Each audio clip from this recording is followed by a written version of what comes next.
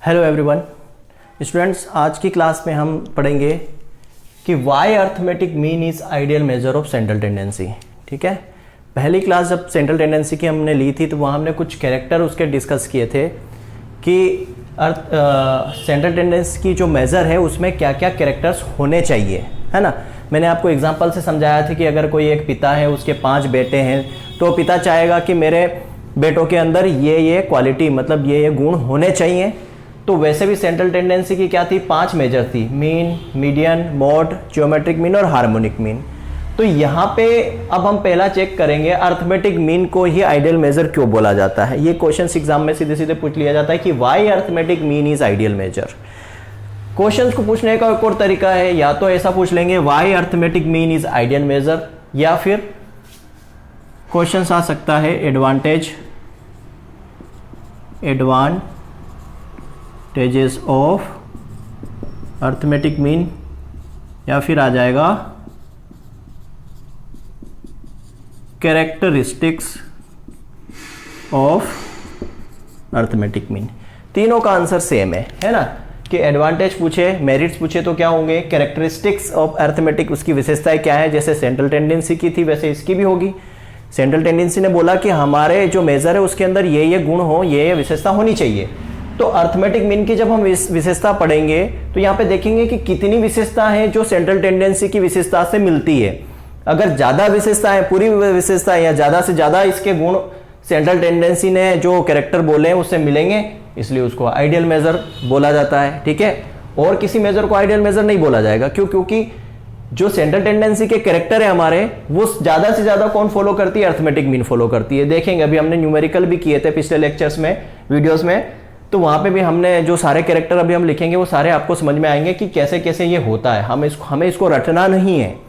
ठीक है बच्चों, कि इसके जो कैरेक्टर है इसको आइडियल मेजर क्यों बोला जाता है, एडवांटेज क्या है, इसको हमें रटना नहीं है। जो हमने अभी पिछले वीडियोस में, लेक्चर्स में हमने किए हैं, न्यूमेरिकल किए हैं, क्वेश्चंस किए हैं, प्रॉपर्टीज की हैं, उसी को ध्यान में हमें रखना है। उसी के हिसाब से हम यहाँ पे इसके कैरेक्टर्स और एडवांटेज या इसको आइडियल मेजर क्यों कहते हैं वो हम लिखने वाले हैं। सबसे पहला पॉइंट आता है, it is rigidly defined.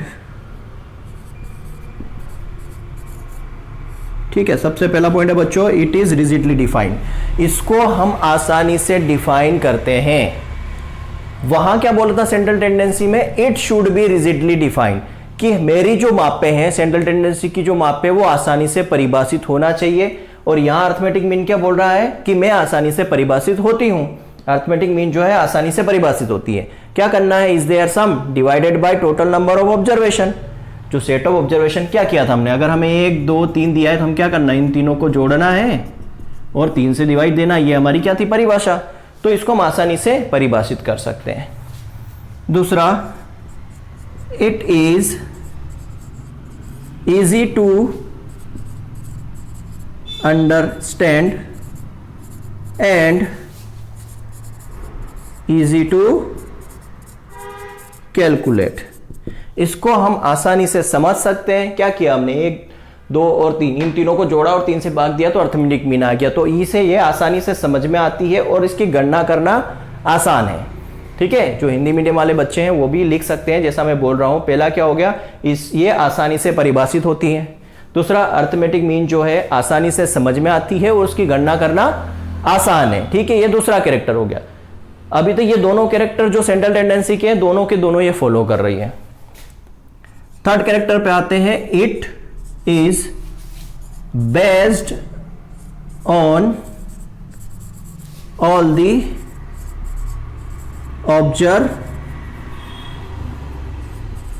Observations. It is based on all the observation. Arithmetic mean जो है सभी आंकड़ों पर निर्भर करती है। फॉर एग्जाम्पल यहाँ भी अब हमने लिया है और हमने पहले वीडियोस हमने लेक्चर्स में हमने पढ़ा भी है कि ये सारे आंकड़ों पर कैसे निर्भर करती है। हमें क्वेश्चन दिया है 1 2 और 3। यहाँ पे कितने आंकड़े हैं, 3।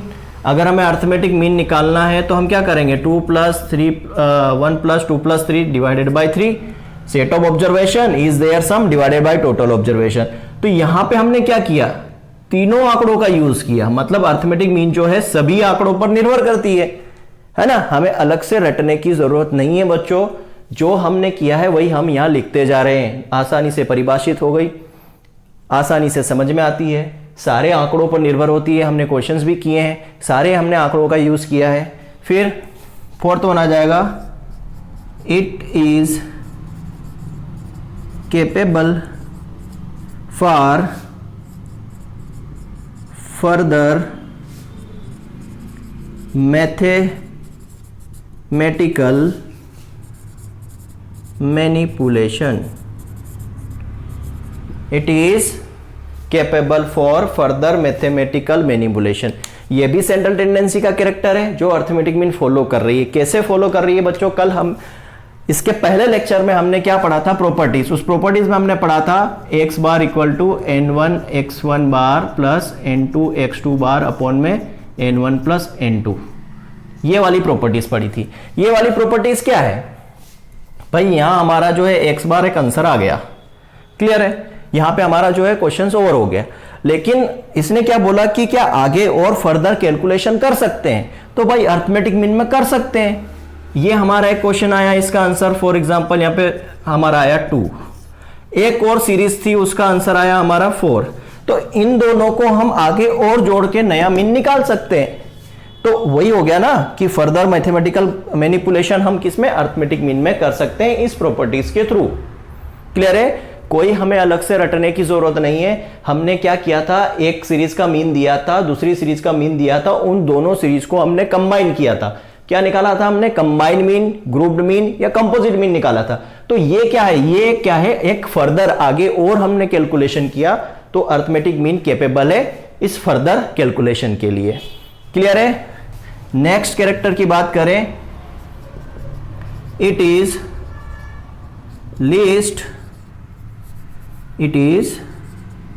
least affected by fluctuation of sampling। Sampling के कारण जो एरर आती है उससे कम ये प्रभावित होती है अर्थमेटिक मीन। कैसे कम से कम प्रभावित होती है बच्चों, यहां पे दो जो कैरेक्टर है इसके जो हमेशा साथ में आएंगे, कौन सा, एक तो ये based on all the observation, और ये दोनों कैरेक्टर हमेशा साथ में होंगे चाहे किसी भी मेजर के साथ हो। क्यों होंगे हमेशा साथ में, इन दोनों का आपस में रिलेशन है। देखो इसने क्या बोला कि सैंपलिंग से जो एरर आती है उससे कम प्रभावित होती है अर्थमेटिक मीन। कैसे, मैंने आपको एग्जांपल लेके बताया था कि मेरे पास ग्रुप में 10 स्टूडेंट्स है, ठीक है, 10 स्टूडेंट्स है, क्लियर है। इन 10 स्टूडेंट्स में से मैंने क्या किया, सिर्फ 2 ही बच्चों को लेके एक टेस्ट कंडक्ट किया और बता दिया कि इसमें जो पहला वाला है वो क्या है, इंटेलिजेंट है। तो यहां पे क्या आएगा, एरर आएगी। सैंपलिंग, ये कौन सी मेथड है, ये सैंपलिंग मेथड है कि 10 में से मैंने 2 बच्चों को सिलेक्ट किया, इसी को बोलते हैं सैंपलिंग। ठीक है, the procedure of selecting the sample is called sampling. मतलब सैंपल को सिलेक्ट करने की जो प्रोसेस होती है, प्रक्रिया होती है, उसको हम सैंपलिंग बोलते हैं। तो यहां से 10 में से मैंने 2 बच्चों को लेके टेस्ट ले लिया और बता दिया कि पहला वाला इंटेलिजेंट है, गलत होगा। क्यों, एरर होगी। क्यों होगी एरर, कि हो सकता है कि जो बाकी अंदर ग्रुप में बच्चे उनमें से कोई इंटेलिजेंट हो। क्लियर है। अगर हम क्या करते कि सबके सब 10 के 10 बच्चों का टेस्ट करवाते तो हमें क्या मिलता, एक्चुअल में इंटेलिजेंट स्टूडेंट मिल जाता कि इन 10 में से कौन इंटेलिजेंट। तो यहां जब हम पूरे बच्चों को लेके टेस्ट करते तो कोई एरर नहीं आती है। क्लियर है। क्या बोला मैंने कि जब हम सारे बच्चों को लेके टेस्ट करवाते तो एरर मिनिमम होगी। ठीक है, बहुत कम एरर होगी या एरर होगी नहीं। तो अर्थमेटिक मीन क्या करता है, अर्थमेटिक मीन क्या करता है, सारे ऑब्जर्वेशन पर निर्भर होता है। अर्थमेटिक मीन सारे आंकड़ों पर निर्भर होता है। जब सारे आंकड़ों को लेके हम अर्थमेटिक मीन निकालते हैं तो एरर क्या होगी, लीस्ट अफेक्टेड, मतलब कम से कम प्रभावित होगा अर्थमेटिक मीन सैंपलिंग से जो एरर आएगी उससे। क्लियर है बच्चों। अब जब मेजर ऑफ सेंट्रल टेंडेंसी की हम बात करते हैं तो हमने यहां पे 5 कैरेक्टर अभी तक लिखे हैं। सेंट्रल टेंडेंसी में 6 कैरेक्टर हमने लिखे थे। वो 6 कैरेक्टर एक साइंटिस्ट के द्वारा दिए गए थे यूल के हिसाब से, बाकी तो और भी कैरेक्टर्स होते हैं। ठीक है, तो अब हम एक कैरेक्टर बचा है, वो कौन सा, एक कैरेक्टर बचा है, it should not be much affected by extreme value, ये वाला कैरेक्टर अभी बचा है, पर ये कैरेक्टर अर्थमेटिक मीन फॉलो नहीं करता है। ठीक है, तो इसके एडवांटेज और इसके कैरेक्टर में नहीं आएगा। ये क्यों नहीं करता है? इसने क्या बोला है कि एक्सट्रीम वैल्यू से अफेक्ट नहीं होना चाहिए या ज्यादा अफेक्ट नहीं होना चाहिए एक्सट्रीम वैल्यू से। अब बच्चों एक्सट्रीम वैल्यू क्या होती है, ये मैंने आपको पहले बताया है। एक्सट्रीम वैल्यू क्या होती है? जो सबसे मिनिमम वैल्यू होती है और सबसे मैक्सिमम वैल्यू होती है उसको हम क्या बोलते हैं? एक्सट्रीम वैल्यू बोलते हैं। फॉर एग्जाम्पल मैंने एक यहां पे सीरीज ली 50, 60, 70, 80 और 90, ये मेरी सीरीज है। 5 ऑब्जर्वेशन है। इसका मैं अर्थमेटिक मीन निकालता हूं। इसका अर्थमेटिक मीन निकालूंगा तो सब में 10-10 का डिफरेंस आ रहा है। अगर मैं इसका, ये हो जाएगा हमारा क्या 150, ये हो जाएगा 150, 150 300, 350 बाई 5, 535 कितना आ जाएगा 70। मतलब हमारा कितना आया? एवरेज आया 70, जो इस सीरीज के अंदर है। क्लियर है? हमारा एवरेज कितना आया? इन 5 आंकड़ों में से ही कोई एक आया, लगभग 70 आया या 75 होता या 65 होता, इसी के आसपास। अब यहां पे एक्सट्रीम वैल्यू की बात करते हैं। अगर यहां पे 50 ना हो के सीरीज में, यहां हमारा 10 होता, 60, 70, 80 और यहां होता हमारे पास 500। क्लियर? सबसे छोटा मिनिमम जो वैल्यू है 10 और सबसे मैक्सिमम वैल्यू क्या है? 500। अब अगर हम इसका मीन निकालते हैं तो हमारा मीन सबसे ज्यादा अफेक्ट हो रहा है। कैसे अफेक्ट हो रहा है? देखो, ये कितना हो गया 150, ये हो गया 70, तो कितना हो गया? ये हो जाएगा हमारा 0 220 प्लस 500, तो ये कितना हो जाएगा 720। क्लियर है? टोटल जो हमारा आया 720। अब ये 720 डिवाइडेड बाई 5 करेंगे, कितना हो जाएगा? 1 टाइम जाएगा, कितना बचा? रिमेनिंग 2, 4 टाइम जाएगा, रिमेनिंग बचा 2, फिर 4 टाइम जाएगा। तो हमारा मीन कितना आया? 144, और यहाँ कितना आ रहा था? 70। इन दो वैल्यू की वजह से अर्थमेटिक मीन कितना अफेक्ट हो गया। और 144 देखो कहां आ रहा है? यहां कहीं आ रहा है। ये पूरी वैल्यू छूट गई है और यहां कहीं आ रहा है, और यहां पे हमारा कहां आ रहा था? बिल्कुल मिडिल में, और इन्हीं आंकड़ों के बीच आसपास आ रहा था। तो जो मिनिमम वैल्यू और मैक्सिमम, जब सबसे छोटी वैल्यू और सबसे बड़ी वैल्यू होती है, उसकी वजह से अर्थमेटिक मीन हमारा सबसे ज्यादा अफेक्ट होता है। क्लियर है? सबसे छोटी वैल्यू और सबसे बड़ी वैल्यू, उसको हम एक्सट्रीम वैल्यू बोलते हैं, और उसकी वजह से हमारा देखो अर्थमेटिक मीन कितना अफेक्ट हो गया। पहले 70 था, अब 144 हो रहा है। क्लियर है?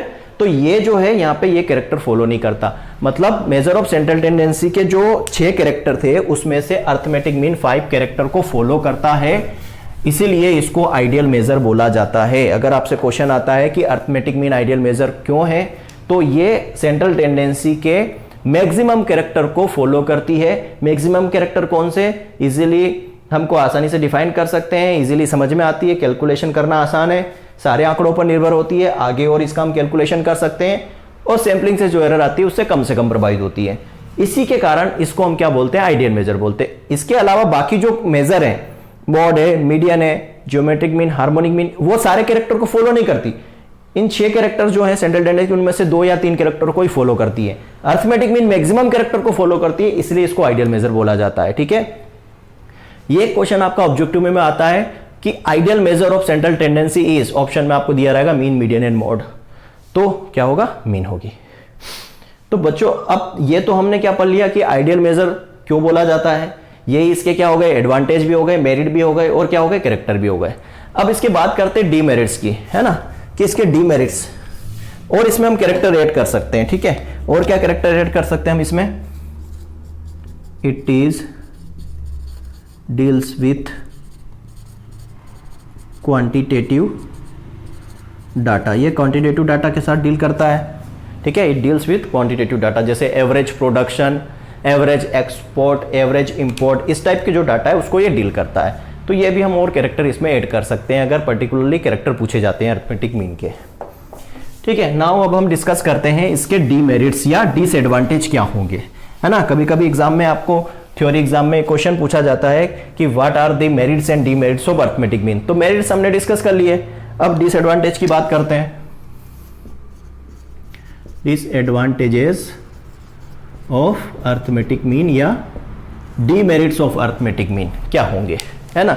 तो सबसे पहला डीमेरिट्स तो क्या होगा, जो 5 कैरेक्टर फॉलो कर रहा है और जो एक कैरेक्टर नहीं फॉलो किया है, वो सेंट्रल टेंडेंसी के 6 कैरेक्टर थे, 5 कैरेक्टर अर्थमेटिक मीन ने फॉलो किए, एक कैरेक्टर फॉलो नहीं किया, तो वो आ जाएगा it is much affected by extreme value. ठीक है, एक्सट्रीम वैल्यू से ये सबसे ज्यादा प्रभावित होता है। और ये आईएमपी पॉइंट भी ये बच्चों एग्जाम में पूछ लिया जाता है, which measure is much affected by extreme value. Option में रहेगा मीन, मीडियन एंड मॉड। तो मीन जो है सबसे ज्यादा अफेक्टेड होता है एक्सट्रीम वैल्यू से। कैसे होता है अभी मैंने आपको समझा दिया। और क्या हो सकता है, अगर बच्चों अगर कोई सिंगल ऑब्जर्वेशन मिसिंग है अर्थमेटिक मीन में, तो हम अर्थमेटिक मीन की एक्चुअल वैल्यू कैलकुलेट नहीं कर सकते। पहले मैं लिखता हूं फिर समझाता हूं। If any one value is missing, if any one value is missing in the observation, arithmetic mean is not calculate। ठीक है, अगर कोई एक भी वैल्यू मिसिंग होती है ऑब्जर्वेशंस में तो हम अर्थमेटिक मीन कैलकुलेट नहीं कर पाते हैं। इससे रिलेटेड एक क्वेश्चन भी मैंने स्टार्टिंग में आपको करवाया था, है ना। फॉर एग्जांपल हमें दिया है 2, 4, x, 3 एंड 5, इस तरह से। प्रोसीजर वही है, क्या सेट ऑफ ऑब्जर्वेशन है तो 2 + 4 + x + 3 + 5 divided by number of observation 5। तो x बार इक्वल टू आ जाएगा कितना, ये हो गया 6, ये हो गया 8, कितना हो गया 14 + x/5। इसको आप इधर ले जा लोगे, क्या हो जाएगा, ये हो जाएगा 5x bar equal to 14 + x, है ना। तो इसके आगे आप कैलकुलेट ही नहीं कर सकते। 5x बार हो जाएगा प्लस 14 + x हो जाएगा। तो हम यहाँ इससे आगे इसको या यहीं पे हम छोड़ देते हैं, इससे आगे हम इसको कैलकुलेट नहीं कर सकते, है ना। एक्चुअल वैल्यू नहीं निकाल पाएंगे, क्यों, क्योंकि हमारे पास एक ऑब्जर्वेशन यहाँ पे जो है x क्या है, मिसिंग है। वन ऑब्जर्वेशन हमारा यहाँ पे क्या है, मिसिंग है। अब ये वैल्यू जब तक हमें पता नहीं होगी हम अर्थमेटिक मीन को कैलकुलेट नहीं कर सकते। क्लियर है बच्चों। तो अगर कोई भी एक वैल्यू मिसिंग है तो हम अर्थमेटिक मीन को कैलकुलेट नहीं कर सकते। क्लियर है, आप आई होप आपको समझ में आ रहा होगा, है ना, कि ये डीमेरिट्स कैसे हुआ। Now third one, it can not calculate in open and classes. Open and classes, arithmetic mean को हम ओपन इन क्लास में कैलकुलेट नहीं कर सकते। पहले यहां समझते हैं बच्चों ओपन इन क्लास होता क्या है। ओपन इन नाम से आ रहा है, ओपन इन मतलब एक साइड से ओपन और दूसरी तरफ से इंड मतलब दोनों के इंड। फॉर एग्जांपल बात करते हैं कि ये एक मुंह ये यहां पे भी ओपन है और लास्ट वाला, दोनों तरफ जो एंडिंग पॉइंट है वो दोनों क्या है, ओपन है। इस तरह का अगर ऑब्जर्वेशन है या डिस्ट्रीब्यूशन है तो वहां अर्थमेटिक मीन कैलकुलेट नहीं कर सकते। फॉर एग्जांपल कैसा ऑब्जर्वेशन दिया है, फॉर एग्जांपल ये क्लासेस हमें दी है। क्लियर, यहाँ पे हमें क्या दिया है, फ्रीक्वेंसी कैसे दे दिया, less than 10, 10 to 20, 20 to 30 and more than 30। इस टाइप का अगर क्लासिफिकेशन दिया है और बोला गया है कि इसका अर्थमेटिक मीन कैलकुलेट करो, ठीक है, इसका अर्थमेटिक मीन कैलकुलेट करो, तो यहां पे हमें क्या है, फ्रीक्वेंसी दी है, क्लासेस क्या है, ओपन इंड है, मतलब दोनों छोर इसके हैं, अंतिम छोर वो दोनों क्या है, खुले हुए हैं। अब जब खुले हुए हैं तो हम कैलकुलेट नहीं कर सकते। क्यों नहीं कर सकते, हमें क्या जरूरत पड़ती है, इसमें मिड वैल्यू की जरूरत पड़ती है बच्चों। क्या पड़ती है, मिड वैल्यू। और मिड वैल्यू कैसे निकालते हैं, lower limit plus upper limit divided by 2। लेकिन पहली क्लास की तो लोअर लिमिट है ही नहीं, है ना, और लास्ट क्लास की भी लोअर लिमिट नहीं है। पहली क्लास की भी लोअर लिमिट नहीं है, लास्ट क्लास की भी लोअर लिमिट नहीं है। जब लोअर लिमिट नहीं है तो हम पहली क्लास की क्या मिड वैल्यू नहीं निकाल पाएंगे। जब मिड वैल्यू ही नहीं निकाल पाएंगे तो अर्थमेटिक मीन भी कैलकुलेट नहीं कर पाएंगे। इस टाइप का क्वेश्चन भी डायरेक्ट आपके ऑब्जेक्टिव में पूछा जाता है, which measure can not be calculate by open end classes. तो अर्थमेटिक मीन को हम ओपन इंड क्लासेस में मेजर नहीं कर सकते। ओपन इंड क्या होता है, दोनों अंतिम छोर क्या हो, ओपन हो, खुले हो। कंडीशंस नहीं है यहां, less than more than type नहीं दिया है, सिंपल सा दे दिया है कि दोनों छोर इसके ओपन है, वैल्यू नहीं पता है कौन सी लोअर लिमिट है यहां पे, तो हम अर्थमेटिक मीन को कैलकुलेट नहीं कर सकते। क्लियर है बच्चों। और क्या हो सकता है, एक्सट्रीम वैल्यू से अफेक्टेड होता है, मिसिंग वैल्यू अगर है एक भी तो हम कैलकुलेट नहीं कर सकते, ओपन इन क्लासेस से तो नहीं कर सकते। One more, it can